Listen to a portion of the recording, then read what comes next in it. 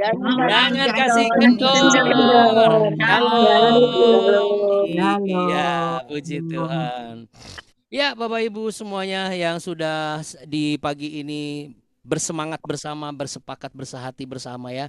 Ibu Duma, Pak Jusman, Bu Nensi, dan juga Ibu Linggawati, Pak Ogi, juga Bu Sekar, Pak Mardani, Bu Sinai, Bu Acen, Bu Afrina, Bu Ayen, Audrey. Wah, shalom Audrey. Sambil siap-siap ke sekolah kan? Nah, boleh dah buka kamera Shalom, ya. Bunda. Shalom Audrey, mantap. Thank you Audrey, good Audrey. Kemudian juga ini baru generasi Kristus. Kita beri tepuk tangan Bapak Ibu untuk anak-anak kita yang pagi-pagi sudah taat mau bangun pagi ya. Ada Audrey, pasti juga ada Darren, ada Alden, juga ada Talia. Juga Bu Dora Gunawan, Pak Henry, Pak Jordi, Bu Vivi dan juga Ivana. Dan adik kecil yang ada di kandungan Ibu Vivi yang juga ikut bangun pagi hari ini. Ibu Leli Kristiani, Ibu Lani, kemudian Ibu Marta, Shalom Ibu, dan juga Bu Mimi, Bu Natalia, dan Ibu Yani. Oke, baik. Dan juga tidak terkecuali Bapak Ibu semua ya, ada yang belum disebut?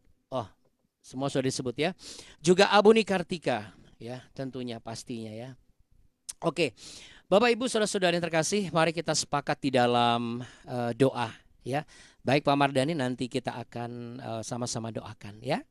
Oke, kita satu di dalam doa. Mari Bapak Ibu.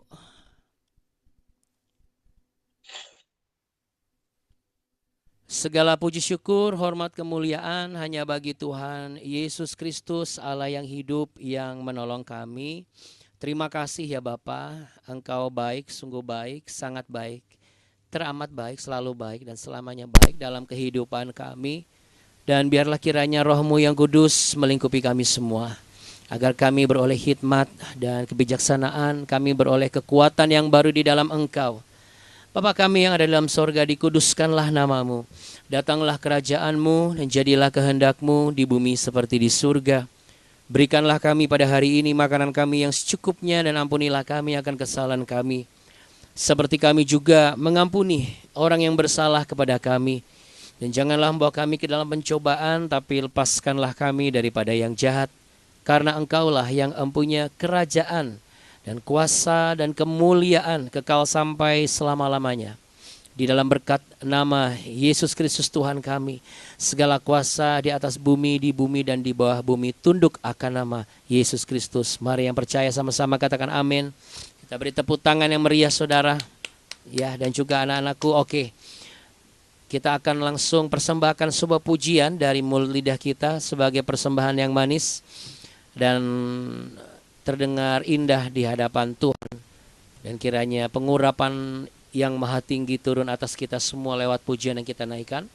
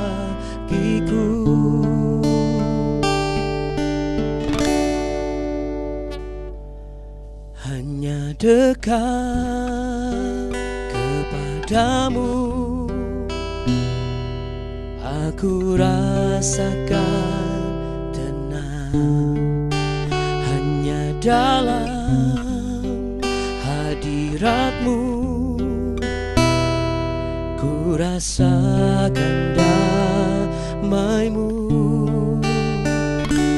padamu ku berserah. Yesus sumber harapanku, ku percaya padamu penyelamatku.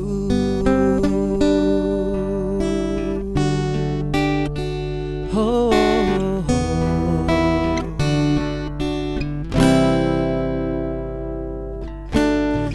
Inilah hidupku, ku serahkan kepadamu. Inilah hatiku, ku berikan bagimu. Ku tahu Tuhan, rancangan-Mu yang terbaik bagiku. Amin. Ku tahu Tuhan, pengorbanan-Mu yang mulia bagiku.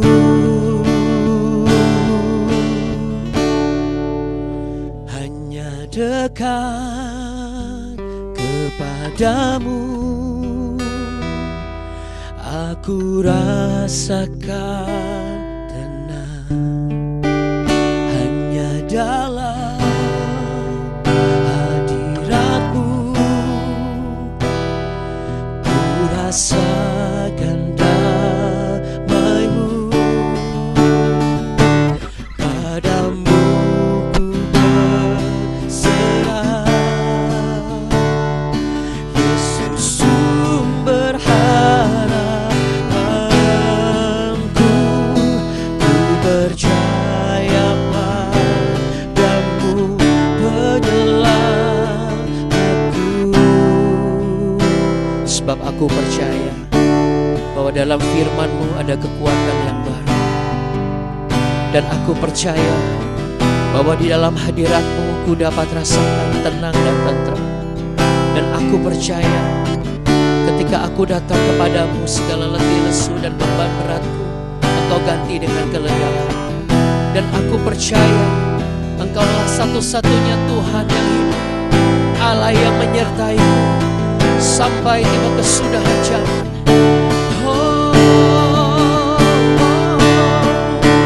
Hanya dekat kepadamu aku rasakan tenang. Hanya dalam hadirat-Mu, yeah, ku rasakan damai-Mu. Padamu ku berserah. Yesus sumber harapanku, ku percaya padamu. Ku percaya padamu. Oh, ku percaya padamu penyelamatku.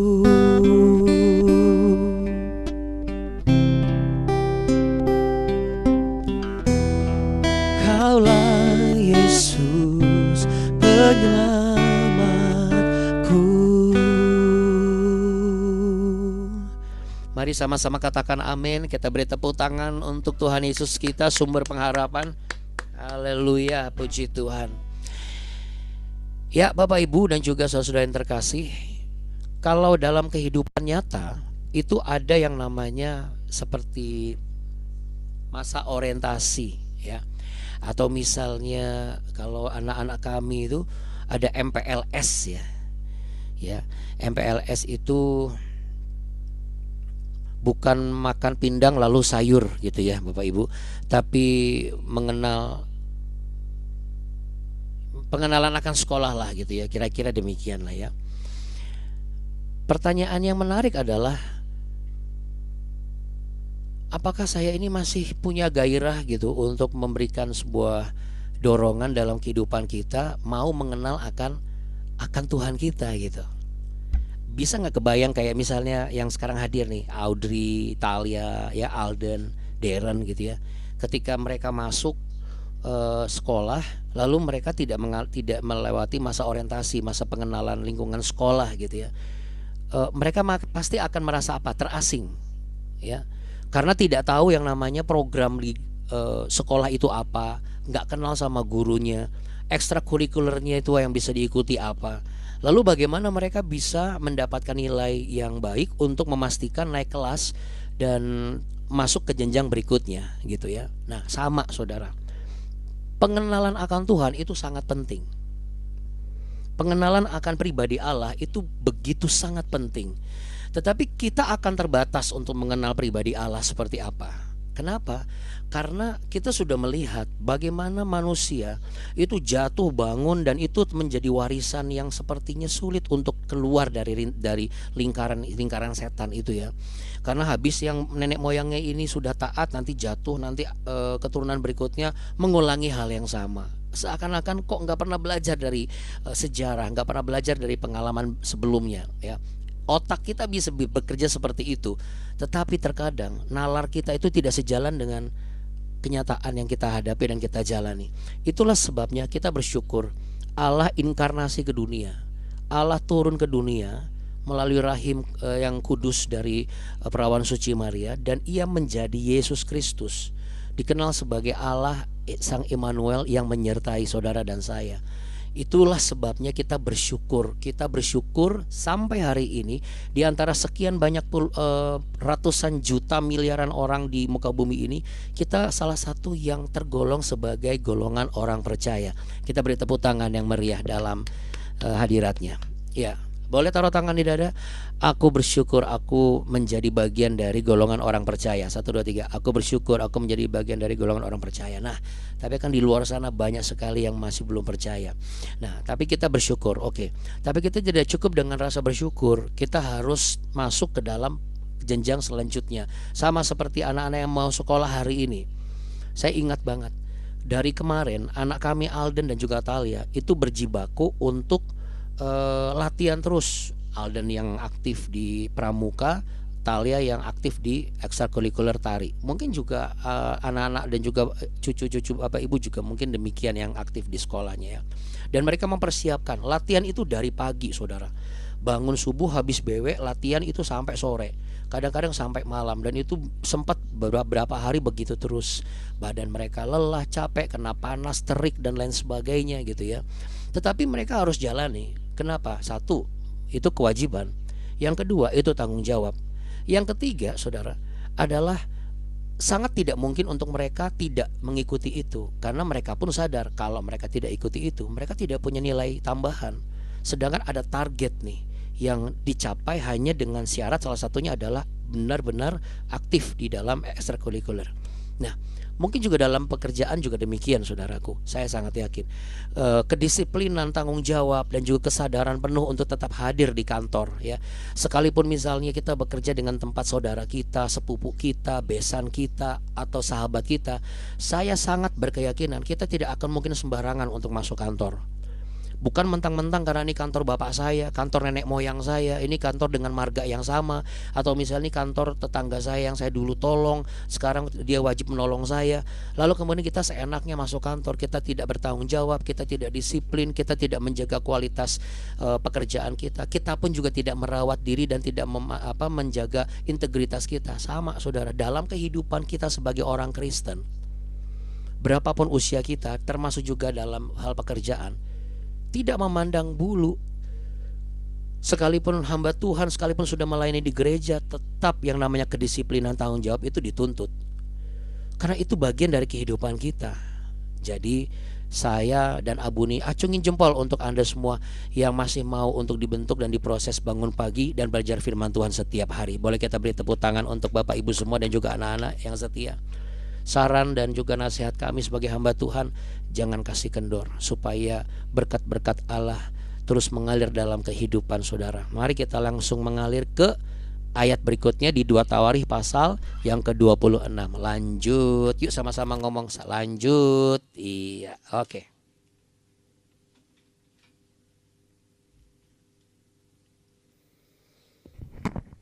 Setelah kemarin kita mengetahui sebuah rahasia besar, terkuaklah rahasia kenapa ada orang yang hidupnya segala usahanya kok berhasil terus ya. Ternyata itulah ya dikatakan di sana. Karena ia mencari Tuhan si Raja Uzia ini. Tapi mencari Tuhannya didasari dengan takut akan Tuhan. Dan itu pun juga dibarengi dengan pengajaran yang dan tuntunan dari mentor rohaninya, yaitu Zakaria. Kita akan lanjut Bapak Ibu dan juga anak-anakku yang mengasihi Tuhan Yesus di ayat yang ke-6, 2 Tawarikh pasal 26 ayat yang ke-6. Maka majulah ia berperang melawan orang-orang Filistin dan membongkar tembok Gad, Yabne dan Asdod, lalu mendirikan kota-kota di sekitar Asdod dan di lain-lain wilayah orang Filistin. Allah menolongnya terhadap orang Filistin dan terhadap orang Arab yang tinggal di Gur Baal dan terhadap orang Meunim. Orang-orang Amon membayar upeti kepada Uzia, namanya termasyhur sampai ke Mesir karena kekuatannya yang besar. Uzia mendirikan menara di Yerusalem di atas pintu gerbang sudut, di atas pintu gerbang lebak dan di atas penjuru serta mengokohkannya. Ia mendirikan juga menara-menara di padang gurun dan menggali banyak sumur karena banyak ternaknya baik di dataran rendah maupun di dataran tinggi. Juga ia mempunyai petani-petani dan penjaga-penjaga kebun anggur di gunung-gunung dan di tanah yang subur karena ia suka pada pertanian. Selain itu Uzia mempunyai tentara yang sanggup berperang, yang maju berperang dalam laskar-laskar menurut jumlah anak buah yang dicatat oleh panitera Yeiel dan panata usaha Maasea di bawah pimpinan Hanaya, salah seorang panglima raja. Kepala-kepala puak pahlawan-pahlawan yang gagah perkasa itu seluruhnya berjumlah 2.600 orang. Di bawah pimpinan mereka terdapat satu bala tentara, terdapat dari 307.500 orang yang gagah perkasa dalam berperang untuk membantu raja dalam menghadapi musuh. Sampai di situ dulu saudara ya, sampai di ayat yang ke-13. Baik, kita akan bedah beberapa kata kunci yang menjadi panduan kita hari ini. Kalau misalnya mau buat catatan silakan supaya tidak lupa atau mau ditarik garis. Yang pertama adalah kita masuk di ayat yang ke-7 ya. Bagaimana Allah menolongnya terhadap orang Filistin, terhadap orang Arab yang tinggal di Gur Baal dan terhadap orang Meunim, orang-orang Amon dan segala macam ya, sampai ke Mesir. Ini wilayah yang sangat besar saudara, wilayah yang sangat luas, melewati batas-batas wilayah yang tidak mudah Bapak Ibu dan juga anak-anakku ya. Jadi tolong digarisbawahi kata menolong, Allah menolongnya ya, Allah menolongnya. Nah, kata menolong ini kalau merujuk kepada teks asli Ibrani itu namanya, istilahnya adalah azar. Ayo sama-sama katakan azar. Ya, azar. Ya. Tapi menolongnya ini bukan dalam konteks pengertian seperti orang yang butuh ditolong, yuk kita tolong. Nah, bukan hanya seperti itu saudara. Tetapi kata azar ini mengandung makna bukan hanya sekedar saat menolong, tetapi pada saat menolong itu langsung memperkuat. Lalu kemudian setelah memperkuat, dia menopang, mendorong saudara, menyokong. Saya ulangi ya, kata azar, menolong, Allah menolong itu pengertiannya itu bukan cuma sekedar karena kita butuh ditolong. Jadi bukan karena misalnya saya butuh ditolong karena saya lapar. Lalu tuh biasanya kan, oh kamu kenapa? Oh lapar. Kita nolongnya sebatas kita kasih makan kan. Manusia pasti begitu. Tetapi kalau Allah menolong kita saudara, kata tolong di sini, Allah menolong Uzia ini, dia menolong Uzia sekaligus memperkuat Uzia, lalu menopang Uzia dan menyokong Uzia. Jadi pertolongan Tuhan itu bukan hanya menyelamatkan dari bahaya seperti manusia, bahaya kelaparan, bahaya kemiskinan, udah habis itu selesai. Tetapi Allah itu menolong sekaligus memberdayakan dan memperlengkapi dan merencanakan untuk supaya kita menang dan berhasil. Yang percaya boleh sama-sama katakan amin. Taruh tangan di dada. Aku percaya hari ini pun Tuhan Yesus menolongku. 1, 2, 3. Aku percaya hari ini pun Tuhan Yesus menolongku. Iya. Jadi Bapak Ibu dan juga anak-anakku, kalau kita lihat memang urutannya memang seperti itu. Ya, bagaimana sokongan Allah lalu kemudian pemberdayaan Allah itu menurun kepada apa yang dilakukan oleh Uzia. Kita bisa lihat bagaimana Uzia punya tentara yang sanggup berperang. Bagaimana Uzia juga punya bala tentara yang lebih dari 307.500 orang. Gagah perkasa semua lagi. Ya, bukan hanya gagah perkakas tapi gagah perkasa juga. Dan itu semua membantu raja. Sedangkan kita kadang-kadang punya anak buah belum tentu menyokong dan membantu kita. Kita punya pimpinan belum tentu menyokong kita. Menolong mungkin. Oke, saya tolong kamu ya, kamu boleh kasbon untuk bulan ini. Tapi apakah dia akan menyokong kita? Belum tentu. Wajar. Kenapa? Karena secara manusia pada umumnya dia hanya menolong dalam satu sisi. Dia tidak akan multidimensi. Apakah ada Abuna ketika kita mendapat pertolongan yang sifatnya multidimensi? Jikalau orang itu adalah pilihan Allah, maka pasti ada. Tetapi kalau kita merujuk kepada dasar dari kehidupan secara umumnya, rata-rata orang atau manusia itu hanya menolong pada saat di satu dimensi saja, nggak multidimensi, cuma satu aspek. Dia ini butuh apa? Oh ya, itu aja yang ditolong. Habis itu sebatas itu udah. Tetapi kalau Tuhan kita di sini masih Allah ya, karena belum inkarnasi. Tetapi kita sudah tahu, kita sudah panggil namanya. Dialah Allah yang maha pengasih, yang maha kuasa, maha dahsyat, maha penyayang, maha heran. Itu namanya siapa? Yesus Kristus. Bagaimana Uzia mampu untuk memberdayakan. Dan ini yang luar biasa. Kita lanjut lagi ayat 14 dan 15. Ini bisa diproyeksikan dalam kehidupan baik yang studi maupun pekerjaan. Kita hanya baca sampai ayat 15 ya. Uzia memperlengkapi seluruh tentara itu dengan perisai, tombak, ketopong, baju zirah, busur, dan batu umban. Ia membuat juga di Yerusalem alat-alat perang, ciptaan seorang ahli yang dapat menembakkan anak panah dan batu besar untuk ditempatkan di atas menara-menara dan penjuru-penjuru. Nama raja itu termasyur sampai ke negeri-negeri yang jauh karena ia ditolong dengan ajaib sehingga menjadi kuat. Wow, tapi Abuna mau fokus kepada bagaimana ayat 14 itu. Uzia memperlengkapi, dan ayat 15 yang pertama bagian A, ia membuat. Saudara, ini adalah daya kreasi, daya cipta. Anak-anakku, kalau engkau rajin bangun pagi setiap hari dan engkau selalu melibatkan nama Tuhan Yesus sebelum engkau sekolah, tidak hanya pada saat ujian saja, maka engkau akan sama seperti Raja Uzia. Bagaimana ketika Tuhan Yesus menolongmu melalui Roh Kudus, engkau akan dibuat sanggup untuk membuat alat-alat perang yang menyokong studimu. Bapak Ibu juga demikian yang bekerja. Sebab saudara, kata Azar tadi itu memperlengkapi mahasyab. Katakan mahasyab. Apa itu mahasyab? Memperlengkapi semua dengan perancangan dan merancang, membuat kalau di ayat yang ke-15 ya. Kalau kita kan arti membuat itu kan hanya produksi ya, tetapi kalau di Ibrani mahasyab itu merancang, mendesain sampai itu menjadi sebuah ide nyata dalam kreativitasnya, dan bentuknya adalah teknologi. Jadi saudara, oke, kita memang keturunan orang-orang pintar karena kita misalnya rajin makan sayur dan lain sebagainya. Garis keturunan keluarga kita ini memang orang pintar semua, misalnya orang jenius.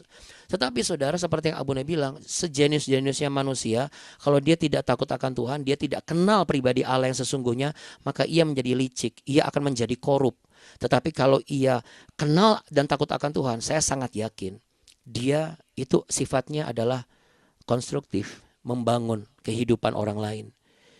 Jadi ternyata kita bisa lihat, diawali dengan penerimaan pengajaran dari mentor rohani yang konsisten Zakaria kepada dirinya si Uza, ia menjadi pribadi yang mencari Tuhan setiap hari.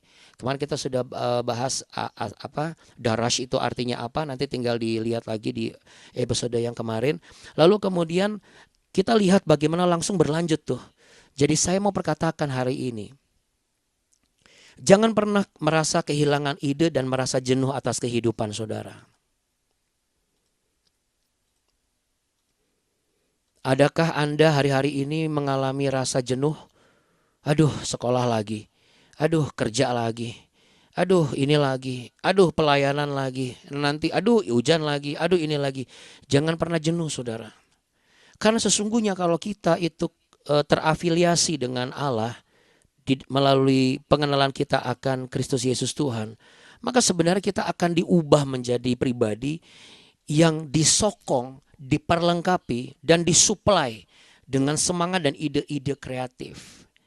Kita menjadi pribadi yang tidak akan mudah menyerah. Adakah saudara hari-hari ini menjadi pribadi yang mudah menyerah? Kalau Anda tanya, iya kenapa ya kok saya hari-hari ini merasa agak mudah jenuh Abuna?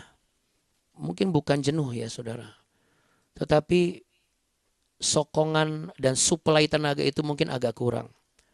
Anda mau tahu kenapa? Bukan karena kurang tidur. Karena kami ini selalu kurang tidur jam tidurnya. Tetapi Bapak Ibu, kami selalu merasakan gairah yang luar biasa. Gairah bukan berarti dalam konteks menyemangati diri secara apa yang bisa kami lakukan. Enggak, tetapi kami bisa menikmati setiap momen. Jadi saran Abuna hari ini untuk Anda semua, baik yang sekolah maupun yang bekerja, nikmatilah setiap momen hari ini bersama dengan Tuhan.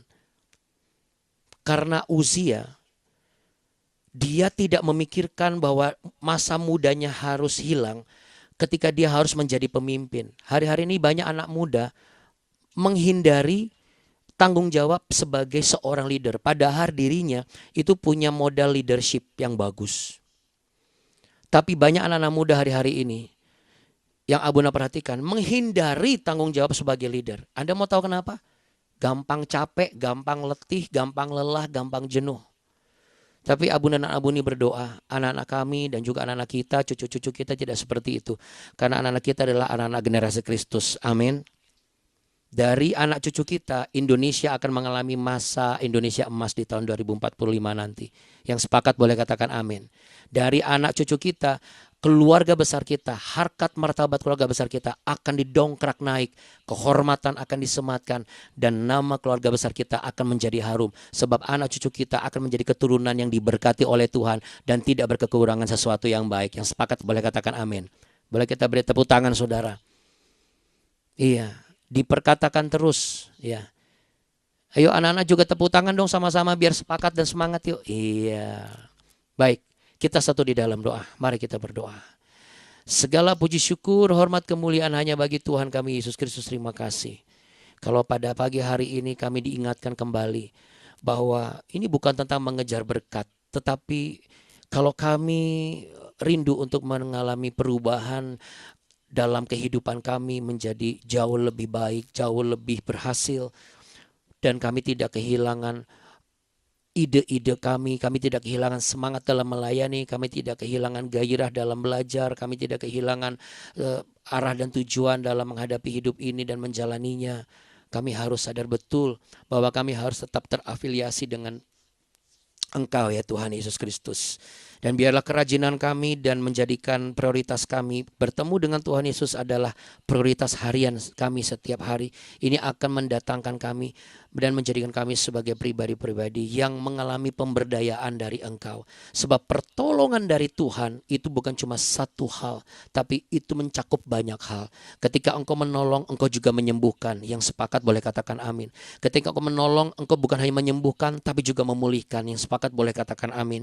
Ketika Engkau menolong ya Tuhan, Engkau bukan hanya menyembuhkan, memulihkan, tapi juga Engkau memperbaharui. Yang sepakat boleh katakan amin. Ketika Tuhan Engkau menolong kami, Engkau bukan hanya menyembuhkan, memulihkan, memperbaharui, tapi juga Engkau memperlengkapi, Engkau memberdayakan, dan Engkau merancangkan, Engkau menyediakan, dan Engkau menjamin sampai apa yang Engkau rancangkan itu boleh kami terima dan kami nikmati dan kami rasakan dan kami ceritakan sebagai kesaksian bagi banyak orang. Terima kasih buat kebaikan kemurahan-Mu. Terima kasih untuk semangat yang telah Kau berikan. Kami yakin dan percaya setiap kami akan sanggup menjalani tanggung jawab dan memenuhi panggilan kami dengan penuh gairah dan tidak akan menjadi merasa jenuh. Sebab kami bukanlah orang-orang yang copot pasang atau bongkar pasang dengan Tuhan. Kami selalu terkoneksi dengan Engkau. Tuhan Yesus, kami juga bawa kepadamu hari ini beberapa pokok doa yang kami terima ya Tuhan. Hari ini Pak Mardani merindukan ada rencana untuk kembali ke Medan. Kiranya Tuhan bersama Ibu, Tuhan memberikan penyertaan dan pemeliharaan.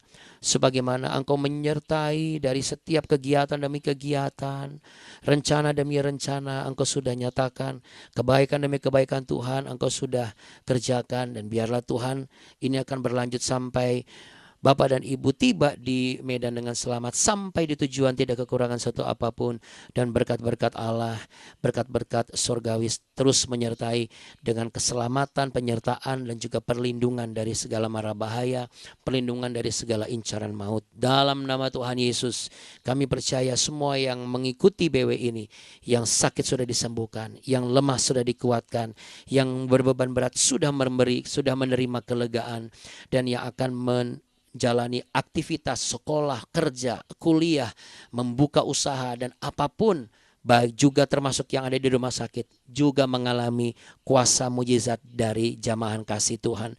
Dan kami semua juga menerima berkat-berkat surgawi yang kami terima secara nyata, dan ini akan membuat hidup kami terjamin.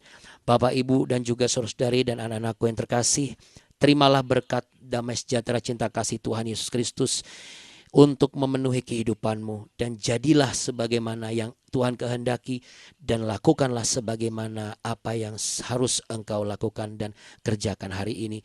Tuhan Yesus siap menolongmu bersama Roh Kudus yang akan menuntunmu. Tuhan memberkatimu berlimpah-limpah.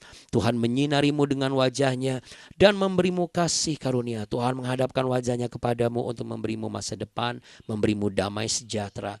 Di dalam nama Tuhan Yesus Kristus, mari sama-sama yang percaya katakan amin. Kita beri tepuk tangan meriah saudara yang semangat menjalani hari ini. Boleh sama-sama teriak katakan jangan kasih kendor. 1, 2, 3. Jangan kasih kendor. Mantap Bapak Ibu, Tuhan Yesus memberkati. Terima kasih Abuna, terima kasih Abuni, terima kasih Bapak Ibu semua untuk doa-doanya memberkati kita. Terima kasih Abuna Abuni. Yesus memberkati kita. Amin. Yesus memberkati. Terima kasih Abuna. Terima kasih Abuna. Terima kasih Abuni. Terima kasih Bapak-bapak dan Ibu-ibu. Sampai ketemu besok. Oh iya, dari Jawa itu. Ya, sampai ketemu besok. Oke, coba kasih senyum dulu sama-sama ya, senyum yang manis buat kita semua sambil katakan Tuhan Yesus. Tuhan Yesus. Baik, Baik. Sangat baik. teramat, baik. baik, selalu baik. Semuanya baik. Semuanya baik. Iya.